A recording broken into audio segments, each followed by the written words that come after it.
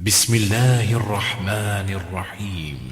إن هذا القرآن يهدي للتي هي أقوم ويبشر المؤمنين الذين يعملون الصالحات أن لهم أجرا كبيرا. رب اشرح لي صدري ويسر لي أمري واحلل عقدة من لساني يفقهوا قولي. رب ادخلني مدخل صدق واخرجني مخرج صدق واجعلني من لدنك سلطانا نصيرا. آج ہمارا ٹاپک جو ہے وہ ظہور کی علامتیں ہیں اور نشانیاں ہیں. کون سے ایسے واقعات ہوں گے کہ اس کے بعد امام زمانہ ظہور فرمائیں گے. تو یہ ظہور اور غیبت سے متعلق بہت ساری کتابیں لکھی گئی ہیں. پہلے ان کتابوں کے بارے میں ہم تھوڑا تبصرہ کرتے ہیں کہ کون کون سی کتابیں ہیں، تاکہ مزید اگر آپ نے مطالعہ کرنا ہو تو آپ کو یہ کتابیں اردو انگلش میں اگر اویلیبل ہو تو آپ اس کا مطالعہ کر سکیں. کتابیں شیعہ علماء نے بہت زیادہ لکھی ہیں. شیخ صدوق نے کمال الدین میں تذکرہ کیا ہے علامات ظہور کا، اور اسی طرح ان کی ایک کتاب ہے الغیبہ، اس میں انہوں نے تذکرہ کیا ہے. شیخ طوسی نے بھی ایک کتاب لکھی ہے الغیبہ، اور اسی طرح شیخ مفید کی کتاب ہے الارشاد، اس میں بھی آپ نے اس کے بارے میں تذکرہ کیا ہے. اسی طرح اہل سنت نے بھی بہت ساری کتابیں لکھی ہیں، اور ملاحم اور فتن کے حوالے سے کہ آخری زمانے کی نشانیوں کو بیان کیا انہوں نے، اور ان نشانیوں کے ضمن میں امام زمانہ کے ظہور کی نشانیاں بھی بیان کی گئی ہیں. اور اسی طرح لبنان کے ایک عالم دین ہے جعفر مرتضی عاملی، اور انہوں نے کتاب لکھی ہے دراست فی علامات الظہور، کہ امام زمانہ کے ظہور کی علامتوں کی اسٹڈی. اور اسی طرح ایک اور عالم دین ہے شیعہ محمد حسین میر جہانی، انہوں نے کتاب لکھی ہے نواہب الظہور فی علامت الظہور، کہ زمانے کے جو ہے وہ احوال علامت ظہور میں. اور اسی طرح محمد علی طبائی کا عالم دین ہے، شیعہ عالم دین ہے ایران کے، انہوں نے کتاب لکھی ہے میاتان و خمسون علامات، کہ انہوں نے لکھے 250 علامتیں ایسی ہیں جو امام زمانہ کے ظہور کی طرف اشارہ کرتی ہیں. اسی طرح ایران کے ایک عالم دین ہے نصرت اللہ آیتی، انہوں نے 5 علامتوں سے متعلق ایک کتاب لکھی ہے. یہاں پر ایک اور چیز کی طرف اشارہ کرنا ضروری سمجھتا ہوں کہ بعض اوقات لوگ 3 چیزوں میں مکس کر دیتے ہیں، امام زمانہ کے ظہور کی علامتیں، قیامت کی علامتیں، آخری زمانے کی علامتیں، اور ان کو آپس میں مکس کر کے بیان کر دیتے ہیں. حالانکہ 3 چیزیں 3 علیحدہ موضوع ہیں، 3 علیحدہ ٹاپک ہے. امام زمانہ کا ظہور ایک علیحدہ ٹاپک ہے، آخری زمانہ علیحدہ ٹاپک ہے، قیامت کا علیحدہ ٹاپک ہے. اور قیامت کے بارے میں بھی علامات قرآن نے بھی بیان کیا، احادیث نے بھی بیان کیا. قرآن کی بہت ساری ایسی صورتیں ہیں جہاں پر جو ہے وہ قیامت کی علامات بیان کی گئی ہیں، جن میں سورہ نبا ہے، سورہ نازعات ہے، سورہ تکویر ہے، انفطار ہے، انشقاق ہے، فجر ہے، قارعہ ہے، سورہ زلزال ہے. اور یہ قیامت کی نشانیاں بیان ہوئی ہیں. ان میں سے ایک خلاصہ کیا جائے جو قرآن میں بیان کیا، ان میں سے ایک کہ جو ہے وہ آسمان کا پھٹ جانا ہے، ستاروں کا گر جانا ہے، اس کا سورج کا روشنی نہ دینا ہے. اسی طرح زمین کے اندر دراڑ پڑ جانا ہے، زمین میں زلزلہ آنا ہے، اور زمین کا آئندہ کی خبر دینا ہے. اور اسی طرح قبروں کا کھل جانا ہے، اور پہاڑوں کا اپنی جگہ سے ہل جانا ہے، اور لوگوں کا جو ہے وہ بکھر جانا ہے. ساری علامات قرآن نے بیان کی ہیں، لیکن یہ ساری علامات کس کی ہیں؟ قیامت کی ہیں. اس کے علاوہ بہت ساری احادیث ہیں جس میں قیامت کی علامات بیان کی گئی ہیں، اور یہ احادیث شیعہ کے ہم یہاں سنیہ کے اہل سنت کے ہاں بھی یہ احادیث ہیں، جن میں سے ایک حضرت اسرافیل کا جو ہے وہ بین بجانا یا ان کا وہ سور میں پھونکنا، یہ ایک علامت جو ہے شمار کی گئی ہے. لیکن یہ جو علامات ہیں امام زمانہ کے ظہور کی، وہ ایک علیحدہ چیز ہے. وہ قیامت سے جو ہے وہ جو علامات ہیں اس کو آپس میں مکس نہیں کرنا چاہیے. امام زمانہ کی ظہور کی جو علامات ہیں، ان میں علامات 2 قسم کی ہیں. کچھ علامات جو ہے وہ 100% ہیں، حتمی ہیں، اور ان کے آنے کے بعد امام زمانہ ظہور کریں گے، اور کچھ علامات احتمالی ہیں۔ اور یہ چیز بھی یاد رکھیں نا، جب بھی کوئی حدیث کسی معاملے میں آئی ہے تو اس کے مقابلے میں کچھ حدیثیں جعلی بھی بنائی گئی ہیں، لوگوں نے اپنے مفادات کے لیے، اپنے جو ہے وہ کام سیدھے کرنے کے لیے حدیثیں گھڑ دی ہیں، واقعات کو آپس میں غلط جوڑ دیا ہے، اور جس کی وجہ سے یہ معاملات بعض اوقات مکس ہو جاتے ہیں۔ مثلا مثال کے طور پر پہلے بھی آپ خدمت میں عرض کیا کہ ایک آدمی ہے، جب اس نے دیکھا ہے کہ ایک حدیث ہے کسی معاملے کے بارے میں، تو اس نے فوراً ایک جھوٹی حدیث بنا کر اپنے مطالب اکٹھا کرنے، اپنے مقاصد جو ہے پورا کرنے کی کوشش کی ہے۔ احادیث ہیں کہ یہ چیز کھائیں، یہ چیز نہ کھائیں، تو کچھ لوگوں نے ان احادیث سے غلط فائدہ اٹھاتے ہوئے اپنی حدیثیں پیاز والی بھی درمیان میں شامل کر دی۔ اور اسی طرح بہت زیادہ ہوا ہے کہ ایک آدمی نے کچھ مقاصد حاصل کرنے کے لیے کچھ علامتوں اپنی طرف سے ایڈ کر دی۔ اس کی آسان سی مثال آپ کی خدمت میں عرض کروں کہ بنی عباس کا خلیفہ تھا، اس کا نام تھا منصور۔ اس نے حدیثوں میں پڑھا ہوا تھا کہ امام زمانہ آئیں گے، یہ بھی پڑھا تھا کہ امام زمانہ جب آئیں گے تو زمین کو عدل و انصاف سے بھر دیں گے۔ تو اب اس نے کیا کیا، لوگوں پر ظلم کرنا شروع کر دیا، اور اپنے بیٹے کا نام مہدی رکھ دیا، اور اپنے بیٹے کو کہا کہ میں لوگوں پر ظلم کروں گا، ان کی چیزیں ہتھیاؤں گا، ان پہ قبضہ کروں گا، ان کو غصب کروں گا، تم نے کیا کرنا ہے، میرے بعد یہ جو میری غصب شدہ چیزیں ہیں لوگوں کو واپس پلٹا دینی، نام بھی تیرا مہدی ہے، کام بھی اس طرح اچھے کرے گا، تو لوگوں میں مشہور ہو جائے کہ یہ وہی مہدی ہے کہ جس کے بارے میں پیغمبر نے بشارت دی ہے اور دوسرے ائمہ نے ارشاد فرمایا ہے۔ یعنی لوگوں نے غلط مقاصد اپنے حاصل کرنے کے لیے بعض ایسی علامات اپنی طرف سے گھڑی ہیں۔ اس لیے علماء نے علامات کی دو قسمیں کی ہیں، ایک وہ علامات جو کہ حتمی ہیں، ایک وہ علامات جو کہ حتمی نہیں۔ اب غیر حتمی علامات کو آپ کی خدمت میں پیش کرتے ہیں۔ ان میں پہلی علامت یہ ہے کہ بنو عباس میں آپس میں اختلاف پڑ جائے گا، اور اس روایت کو بیان کیا گیا ہے، لیکن اس کو علماء کہتے ہیں حتمی علامت نہیں ہے۔ اور یہ بھی یہاں یاد رکھا جائے کہ خود امام زمانہ سے متعلق تین قسم کی علامتیں ہیں، تین قسم کی نشانیاں ہیں۔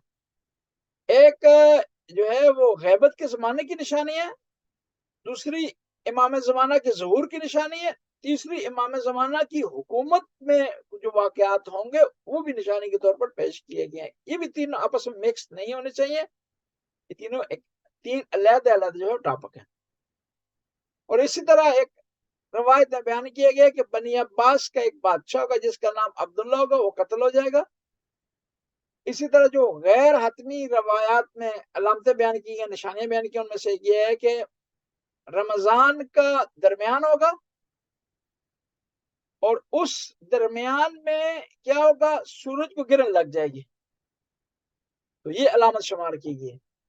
اسی طرح ایک اور علامت بیان کی گئی ہے کہ ایک آدمی قزوین سے اٹھے گا اور اس کا نام انبیاء میں سے کسی نبی کے نام پر ہوگا، اور وہ لوگوں پر ظلم کرے گا۔ اسی طرح ایک اور علامت بیان کی گئی ہے کہ مسجد ہے جو دمشق میں، اس کا جو مغربی حصہ ہے وہ دھڑام سے گر جائے گا، اور اسی طرح شام میں ایک گاؤں ہے جس کا نام رخشنا ہے، وہ زمین میں دس جائے گا۔ اسی طرح روایات میں بتایا گیا، علامات اور نشانیاں بتائی گئی ہیں کہ بصرہ جو ہے وہ تباہ ہو جائے گا،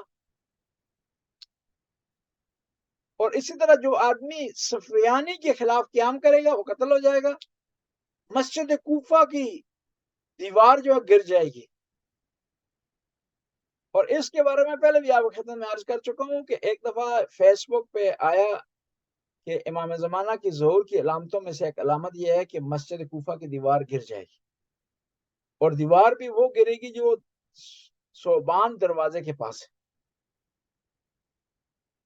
مختلف دروازوں کے نام ہیں وہاں پر، ایک دروازہ ہوا ہے جہاں سے اژدہا مسجد کوفہ میں داخل ہوا تھا، اور اس کے داخل ہونے سے امام علی علیہ السلام کے جو صحابی تھے، ساتھی تھے، جو سامنے بیٹھے ہوئے تھے، سارے گھبرا گئے، تو امام علی نے فرمایا کہ نہیں، گھبرانے کی ضرورت نہیں ہے، یہ زیارت کرنے کے لیے آیا ہے۔ یہ مشہور روایت ہے اس کے بارے میں، اس لیے اس دروازے کا نام صوبان رکھا ہے۔ صوبان عربی میں اژدہا کو کہا جاتا ہے۔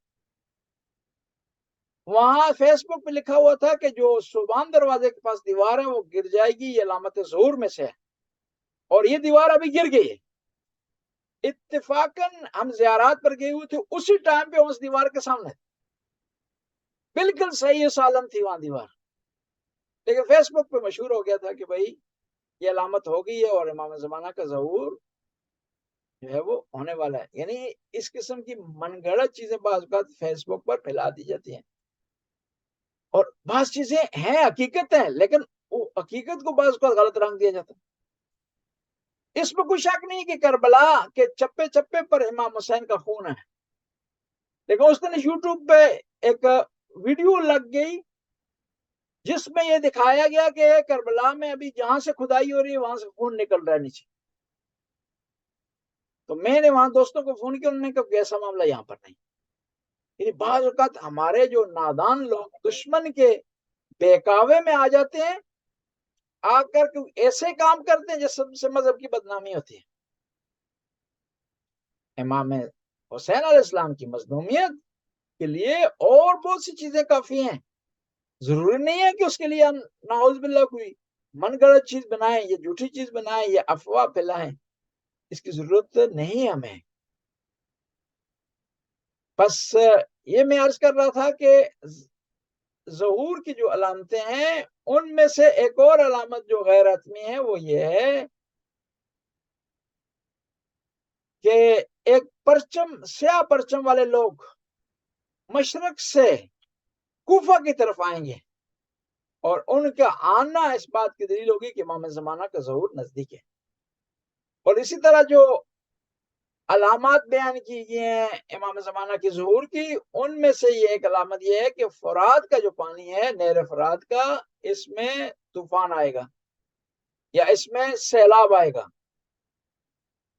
یہ جو ہے روایات میں چیزیں بیان کی گئی ہیں، لیکن یہ ایسی علامات ہیں جو کہ حتمی نہیں ہے، ہو بھی سکتی ہے نہیں بھی ہو سکتی، یا روایت میں اس طرح ہوا بتایا گیا کہ ایسی علامت ہو سکتی ہے، یا وہ روایت ضعیف ہے تو اس وجہ سے علماء نے کہا کہ یہ حتمی اور 100% علامت نہیں۔ اسی طرح جناب حضرت ابو طالب کی اولاد میں سے 12 افراد میدان میں آئیں گے اور لوگوں کو اپنی طرف بلائیں گے، اور اس قسم کا اگر کوئی واقعہ ہوتا ہے تو وہ بھی علامات میں شمار کیا جاتا ہے۔ اور اسی طرح کہا جاتا ہے کہ بغداد میں ایک سیاہ آندھی چلے گی، اور اس زمانے میں بہت ساری بیماریاں پھیل جائیں گی۔ اور اسی طرح جو روایات میں ملا گیا بتایا جاتا ہے کہ علامات ظہور میں سے ایک یہ ہے کہ ارمنستان اور آذربائیجان کے درمیان جنگ ہو۔ اب یہ نہیں پتا کہ یہ علامت حتمی ہے یا حتمی نہیں ہے، روایت نے بتایا حتمی نہیں ہے۔ اب اس سے مراد یہ ہے کہ یہ جو جنگ ہوئی ہے یہی جنگ ہے یا آئندہ کوئی جنگ ہوگی، اس کے بارے میں کوئی بھی چیز فائنل فیصلہ نہیں کر سکتا۔ اور اسی طرح روایات میں بتایا گیا ہے کہ امام زمانہ کے ظہور کی علامات میں سے یہ ہے کہ اس زمانے میں جو لوگ بدعت کریں گے، دین سے دوری اختیار کریں گے، دین میں نئی چیزیں ایجاد کریں گے، ان کو خدا مسخ کر دے گا، جس طرح گزشتہ قومیں مسخ ہوتی رہی ہیں، اور وہ مسخ ہو کر کے بندر بن جائیں گے یا جو خنزیر بن جائیں گے۔ اور آسمان سے 5 آوازیں سنائی دیں گی، ان 5 جو آوازیں ہیں ان میں سے پہلی آواز یہ ہوگی کہ الا لعنت اللہ علی القوم الظالمین، کہ خدا کی لعنت ہو ظالم لوگوں پر۔ دوسری آواز ہوگی کہ یا معاشر المؤمنین ازفت الازفہ، اے مومنو ظہور نزدیک ہو گیا ہے۔ تیسری آواز آسمان سے ہوگی الا ان اللہ بعث مہدی آل محمد لقضاء علی الظالمین، کہ لوگوں جان لو کہ خدا نے مہدی آل محمد کو بھیج دیے تاکہ وہ ظالموں سے انتقام لیں۔ چوتھی آواز جو رمضان کے مہینے میں ہوگی سحری کی وقت، وہ یہ ہے کہ جبرائیل جو ہے وہ آواز دیں گے اور گواہی دیں گے اہل بیت کی مظلومیت سے متعلق اور ان کی شہادت سے متعلق۔ پانچویں جو آواز ہوگی یہ آواز شیطان کی طرف سے ہوگی، اور وہ شیطان لوگوں کو اپنی طرف سے بلائے گا، اور یہ شیطان یہاں پر سفیانی کی طرفداری کرے گا، اس کا پرچار کرے گا، اس کی طرف سے ایڈورٹائزمنٹ کرے گا۔ اور علامات ظہور میں سے ہے کہ کچھ لوگ قبروں سے نکلیں گے، اور قبروں سے نکلنے کے بعد دنیا کی طرف پلٹا دیے جائیں گے۔ یہ وہ علامات ہیں کہ جن علامتوں کے بارے میں یہ کہا جاتا ہے کہ یہ علامتیں حتمی نہیں ہیں۔ اب وہ ان علامتوں کی طرف جاتے ہیں کہ جو علامتیں حتمی ہیں، 100% ہیں۔ ان میں سے ایک یہ ہے کہ آسمان سے ایک عجیب و غریب سی آواز آئے گی، چیخ و پکار کی، طوفان کی، زلزلے کی، جس سے لوگ گھبرا جائیں گے۔ اس طرح سفیانی خروج کرے گا۔ سفیانی کے بارے میں تفصیل علماء نے اس طرح بتائی ہے کہ سفیانی شام سے نکلے گا، عراق آئے گا، عراق سے مدینہ جائے گا، اور مدینہ سے یہ آگے بڑھے گا مکہ کی طرف امام زمانہ سے مقابلہ کرنے کے لیے۔ تو مکہ کے قریب ایک مقام بیدا ہے، وہاں پر اس کا لشکر زمین میں دس جائے گا۔ مقام بیدا ایک پہاڑی سلسلہ ہے جو غدیر کے قریب ہے، مقام غدیر کے، اور امام زمانہ اسی وقت جو ہے وہ ظہور کریں گے خانہ کعبہ کے پاس سے، حجر اسود اور مقام ابراہیم کے درمیان سے، اور بلند آواز سے کہیں گے کہ انا بقیت اللہ، میں اللہ کا سرمایہ ہوں۔ اور وہاں پر امام زمانہ کو خبر ملے گی کہ جو سفیانی کا لشکر نکلا تھا آپ کا سے جنگ کرنے کے لیے، وہ مقام بیدا پر زمین میں دس گیا ہے، اور پھر امام زمانہ وہاں سے اعلان کریں گے۔ اعلان کرنے کے بعد آپ روانہ ہو جائیں گے کس کی طرف؟ کوفہ کی طرف، کیونکہ امام زمانہ کی حکومت کوفہ میں رہے گی، وہاں سے حکومت آپ کی جو ہے وہ آگے بڑھے گی۔ اس کے بعد یمانی قیام کرے گا، یعنی ایک ایسا آدمی ہوگا جو امام زمانہ کی مدد کے لیے، یمانی جو ہے بعض لوگوں نے اس کی تعبیر کی ہے کہ یمانی ان کا نام ہے، یا یمن سے ہوں گے۔ اور اسی طرح جو علامات بیان کی گئی ہیں، علامات میں سے یہ ہے کہ ایک نفس زکیہ کا خانہ کعبہ کے قریب وہ قتل ہو جائے گا، ان کو شہادت نصیب ہوگی۔ اب نفس زکیہ سے مراد جو ہے وہ علماء مختلف لیتے ہیں، ایک آدمی ہوگا اس کا نام نفس زکی ہوگا، دوسرا نفس زکیہ سے مراد پاک پاکیزہ نیک صالح فرد ہے مراد اس سے۔ اب اس کے بارے میں تعبیر علماء کی مختلف ہے۔ اب اس کے بعد جو ہے وہ بعض دوسری علامات بیان کی گئی ہیں کہ جب امام زمانہ ظہور کریں گے تو اسی وقت اسلامی معاشرے میں ایک اور آدمی وہ آئے گا میدان میں، وہ بھی ظاہر ہوگا، جس کا نام دجال ہوگا۔ اب علماء نے دجال کی دو تعریفیں کی ہیں، ڈیفینیشن کی، ایک یہ کی ہے کہ دجال سے مراد ایک شخص ہے، آدمی ہے، اس میں اٹریکشن ہوگی، برائی کی طرف بلائے گا، کئی لوگ جو اس کے ساتھ ہو جائیں گے۔ دوسرا اس سے مراد جو ہے وہ یہ مراد جو ہے دجال کو فرد نہیں ہے، یہ ایک سمبل ہے، ایک نماد ہے، ایک نمونہ ہے، ایک کریکٹر ہے۔ جس طرح ہوتا ہے نا کہ دو چیزیں ہیں، ایک دفعہ کہتے ہیں یزید سے مراد جو ہے یزید ابن معاویہ مراد ہوتی ہے، ایک دفعہ یزید سے مراد یزید کا کریکٹر ہوتا ہے، شخص نہیں مراد، جو آدمی بھی اس میں کریکٹر پایا جائے گا وہ اسی کا مصداق ہے۔ یہاں پر دجال سے جو ہے بعض لوگ مراد کہتے ہیں کہ ایک ایسا معاشرہ مراد ہے جس میں اٹریکشن پائی جاتی ہے، لوگ اس کی طرف جوک بڑھتے ہیں، لیکن اس کے کام میں، اس کی ایکٹیویٹی میں جو ہے وہ شیطانیت پائی جاتی ہے، برائی پائی جاتی ہے، انسانوں کے لیے نقصان پایا جاتا ہے۔ یعنی ہر وہ چیز جس میں ظاہری طور پر اٹریکشن پائی جاتی ہے اور لوگ اس کی طرف مائل ہیں، لیکن وہ اندر سے انسانیت کے لیے نقصان دہ ہے۔ اسی طرح یہ جو روایات، یہ جو علامات بیان کیے گئے ہیں، نشانیاں بیان کی گئی ہیں امام زمانہ کی ظہور کی، یہ نشانیاں کس میں؟ تورات میں بھی آئی ہیں اور انجیل میں بھی آئی ہیں، اور لیکن وہاں پر صریح طور پر بیان نہیں کیا گیا کہ امام زمانہ کی یہ نشانیاں ہیں، وہ آخری زمانے کی نشانیوں میں سے نشانی جو بیان کی گئی ہے، یا حضرت عیسیٰ کے ظہور کی نشانیوں میں سے نشانی بیان کی گئی ہے۔ آج یہاں پر ہم یہیں تک جو ہے وہ بحث کو یہاں